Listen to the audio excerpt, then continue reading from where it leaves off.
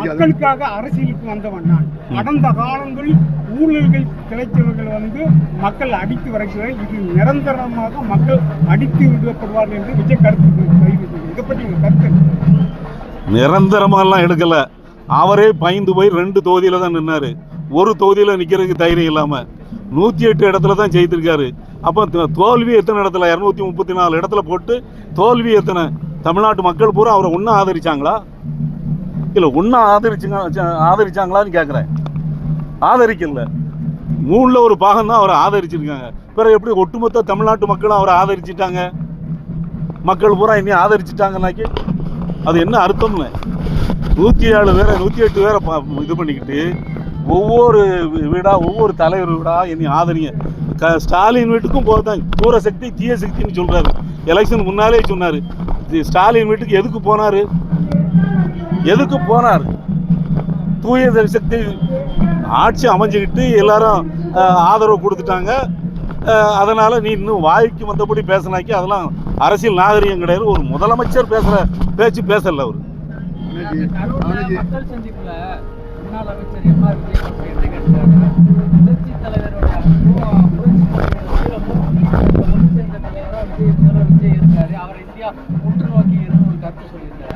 அவருக்கு மட்டும் தெரியும். அவருக்கு மட்டும் அப்படி தெரிஞ்சிருக்கு. ஏன்னா அதிமுக ஆட்சியில் அங்கே போய் சேர்ந்துருக்கிறது யார் சேர்ந்துருக்கா? எந்த தொண்டர் பூரா வந்திருக்காங்க. அங்கே அதிமுக ஆட்சியில் மூடையாக பணத்தை கொட்டிட்டு போனவங்க தான் இன்னைக்கு அங்கே போய் சேர்ந்த 2 விஜயபாஸ்கர். அதுக்கு மேலே எல்லாருமே போனால் மூடையாக கெட்டினவன் தான் போயிருக்கானே தவிர எந்த தொண்டனும் அதிமுக தொண்டன் ஒருத்தனும் போகல. அது பின்னால தான் தெரியும். தமிழ்நாட்டை 50 ஆண்டு காலம் ஆட்சி செய்த 2 திராவிட கட்சிகளை தூக்கி எறிஞ்சார். தனி மனிதன் என்று ஒரு விஜய் என்ன தோக்குது? என்ன காரணம் நினைக்கிறேன்? காரணங்கிறது இருக்கட்டும். அவர் முழு வெற்றி அடைஞ்சிருக்காரா? ஒவ்வொரு கட்சியிலும் போய் பிச்சை எடுத்து தான் அவர் ஆட்சி அமைச்சிருக்காரு. பிச்சை அவர் தனி மனிதன். புரட்சி தலைவர் எம்ஜிஆர் 77 ஆட்சி பிடிச்சாரு. 130 இடம் தனியா பிடிச்சாரு. கலைச்சாங்க 80ல். அதுக்கு பிறகும் தனி மெஜாரிட்டி தான். எம்ஜிஆரோட மிஞ்சிட்டாரா தலைவர்? எதுல மிஞ்சிட்டாரு?